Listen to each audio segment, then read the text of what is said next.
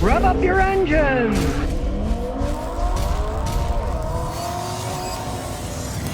Dave Affo says, here's a story about the Ford Lightning electric pickup. Customer needed to get a damaged cell replaced in the battery. The tool can only travel by rail and truck, not by air. He had to go from Ontario to Alberta for the repair. It's a long way between Ontario and Alberta, baby. I drove it one time, went through Alberta all the way to Vancouver, right? It's a long way. I thought it was bad that a guy here in Portsmouth, Rhode Island, had to have his car towed to Albany, New York, which is bad enough to get it repaired. It was a Tesla, right? That's even worse. And yeah, exactly. Nobody knows how to fix these things. And the fact that he had to get a damaged cell replaced already, they just came out with those electric trucks. It's showing you. Listen to Scotty. Electric cars are not proven. Let fools be the guinea pigs. Maybe 5, 10, 20 years from now, they'll perfect them. If Toyota ever makes a fully electric car, I'll bet you they'll perfect them pretty well like they did with their cars. Toyota's still making cars. Honda's still making cars, selling the heck out of them. Ford, GM, they don't even make cars anymore. They're the Mustang. They gave up with cars because they can't compete with the Japanese. They didn't make them as well, right? They only make trucks and SUVs. I'd wait until Toyota made them for a few years before I'd buy an electric car. Tom Karen says, Scotty, what are your thoughts in regards to the reliability of the 3.5 V6 and the Acura MDX? Okay, they're excellent engines, right? They're really well made. I don't understand why Honda is still making these V6 engines with rubber timing belts. I got a 2007 Toyota, it's got a timing chain. Why do brand new Honda V6s still have timing belts, right? You think they would have gone to timing chains like everybody else.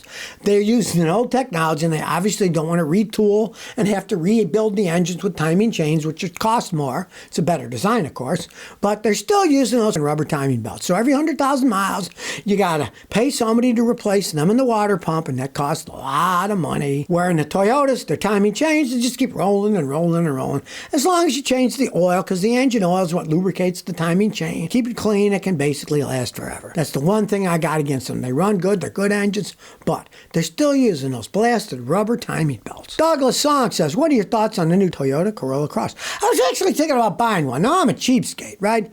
But I was telling my wife, I said, hey, people on the East Coast drive like maniacs. I have so many people bring their cars here, and they got new cars for me to check out. I said, what happened to your old car? We got rear-ended. We got sideswiped. People drive like maniacs on the East Coast, so I'm worried that someone's going to run into us, and I'll have to buy another car. And I was seriously considering either 2024 Toyota Corolla Cross. Toyota probably makes the best CVT transmissions in the world. I just don't like them. I like a regular automatic with gears. That's why the more expensive cars, they don't have CVTs. They have real trannies with real gears. They're more fun to drive, and they actually last longer. It'd be a kind of toss-up. What I'd buy. Robbie Creason says, do TPMS only transmit when the tires spin? Well, there's so many systems out there that would make your head spin. Now, yes, most of them have a gyroscopic setup so that when a car's not moving, it turns the battery off. Otherwise, the batteries would wear out too fast, right? I mean, let's face it, most cars are sitting 90-something% of the time not being used, right? Because if they were used all the time, the battery would go dead. So when the car's not moving, a lot of them do have a system where the battery doesn't go on. Not all of them, but a lot of them do. Otherwise, you'd have to be changing the batteries all the time, and it's a very expensive endeavor. If you want to find out, check with the manufacturer for years, they can tell you. But most of them do shut off when the car's not moving. Otherwise, the stupid things would only last so long, and then the battery would go dead. Be like leaving a flashlight on. Eventually, it'd go dead if you didn't shut it off once in a while. Aguinaldo says, Scotty, what are your thoughts on buying hail-damaged cars? I'm looking at 2017 Honda Accord Touring with hail damage. Well, you never know. It could be hiding something else, right? You want to pay a mechanic like me to check the car out to see what's wrong. But let's say you take it to a guy like me. We hook up our machine. We say, no, it's in fine shape. If you don't mind having a car that's got a bunch of dings, then go right ahead, right? It doesn't really hurt to run into the car whatsoever. It's just got a bunch of dings. When I was in Houston, a lot of people came down from Dallas, and Dallas is more open and they get more tornadoes, so they get a lot more hail damage. And I had a lot of customers, they drove around, they bing, ding, ding. They looked like pin cushions. They had so many dots on them, but they didn't care. You know, as long as the hail didn't break the paint so that it rusted, you can drive them that way. You can get them a lot cheaper, right? Who wants to buy a car full of dings on it? If you don't care, go right ahead. But like I say, sometimes they could be fooling you. Maybe it's got other problems. Make sure you get it checked out, because maybe it got hail damage and flood damage at the same time. You want that checked out before you buy it. Damon, he says, Scotty, I'm thinking about buying a 2007 Rolls-Royce Phantom V12 with 32,000 miles in excellent condition. Nice car. What are your thoughts thoughts on these cars. Do you want to buy an endless money pit? Go ahead and buy it.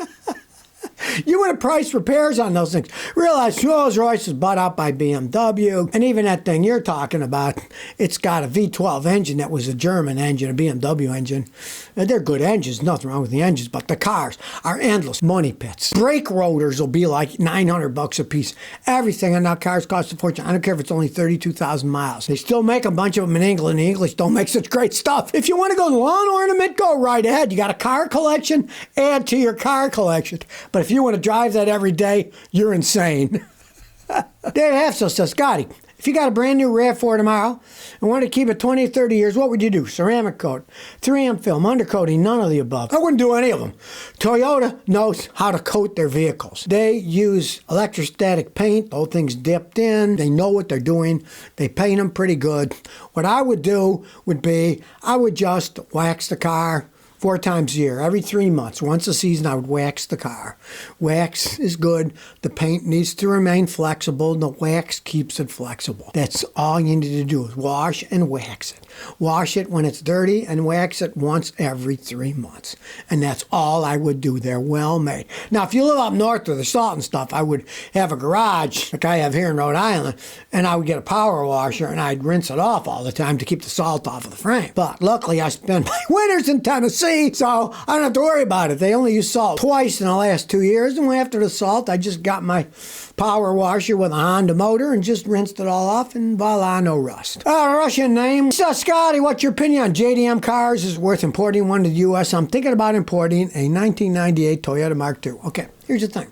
They're good cars, but I personally would not import a car from another market because parts are often quite a bit different. And when something breaks, you can't get the part, you're going to be mad. You won't get the exact repair information. My repair information, all data systems, right? They don't have foreign cars here in the United States on my data system. They only have the American systems with the American OBD2. The European, the Japanese ones, they use a different diagnostic system and it won't work right. So I'm not a fan. If you want a toy and you want to fiddle around on weekends, but for an everyday driver, I wouldn't. It's too much hassle getting parts and getting the information to fix them right. Kevin Yanni says, my 2014 Corollas tire pressure monitoring light is always on even though the tires are fine. What's the problem? All right, well, you need a guy like me with a scan tool to scan it to find the problem. They're complex bidirectional systems. Generally, it means that one of your tire pressure monitoring batteries has gone bad. Okay, it's a 10-year-old car. Each tire has a valve stem. Inside it is a battery and a sending unit that sends the information to the car. Probably one of those went bad, and to fix it, you have to take the tire off the car. You got to take the tire off the rim, take it apart, put a new valve stem in, put the tire back on, rebalance it, and then reprogram the car to accept the new sensor. It's a royal pain in the butt.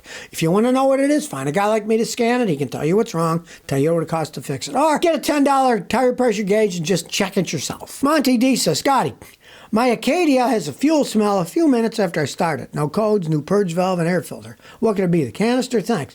Often it is the canister, but I mean, you can get smells from just about anything.